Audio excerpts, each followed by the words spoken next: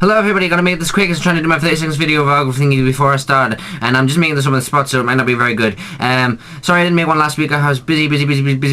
I've got a bit of hair sticking up there. That's not very good. Anyway, I'm gonna do my story now, but I'm gonna hand over to my puppet, who is called Stanley Stern, and he's gonna tell you more about my story. He's gonna read the story for you, and that's all I'm gonna say. So yeah, I've gotta go soon anyway. Yeah. Christy, really sad you're not here anymore, but please do Saturdays when you can.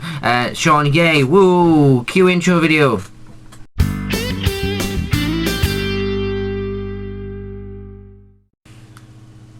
Hello, how are you doing today?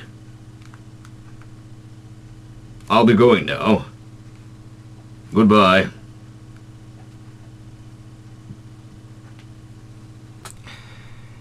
Gary slowly but surely pushed open the front door.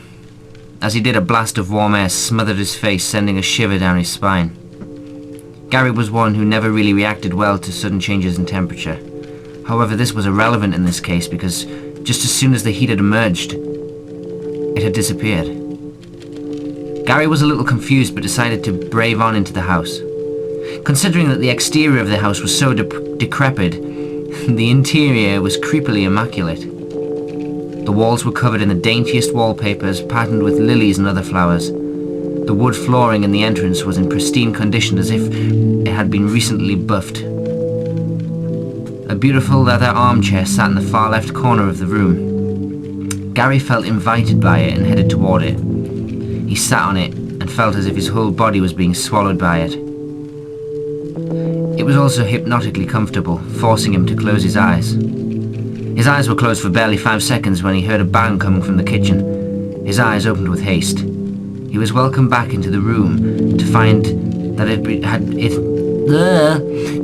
it had become rotten and dark, mold and mildew everywhere. What the? Gary pondered aloud. He could have sworn the room was magnificently decorated beforehand. What had happened?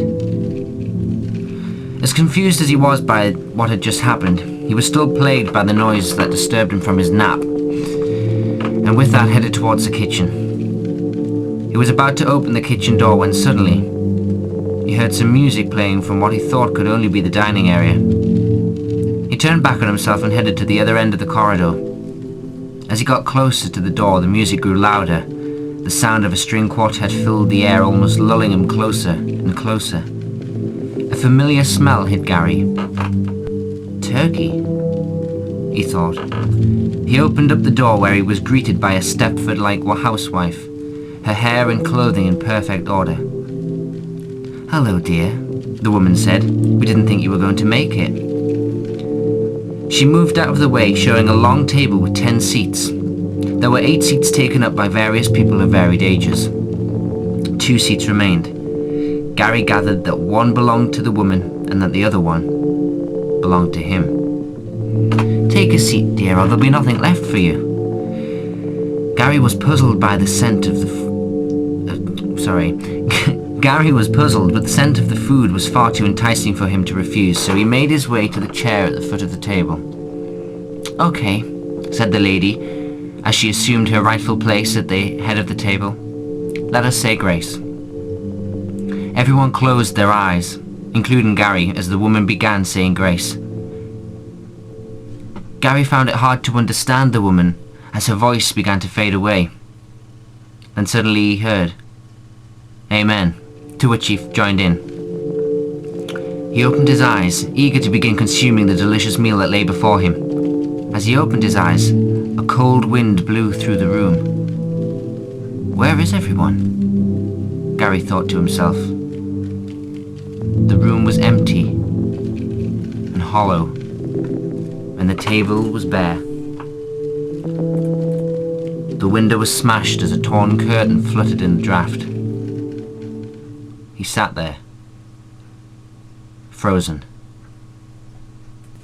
Christy, thank you for posting Harold, or Herbie, I don't know what I'm calling him yet until I can see him. Thank you for posting him off for me, and I'm looking forward to receiving him. I'm really sad that you're leaving, but I'm glad that you took up my suggestion of being a sometimes Saturday person.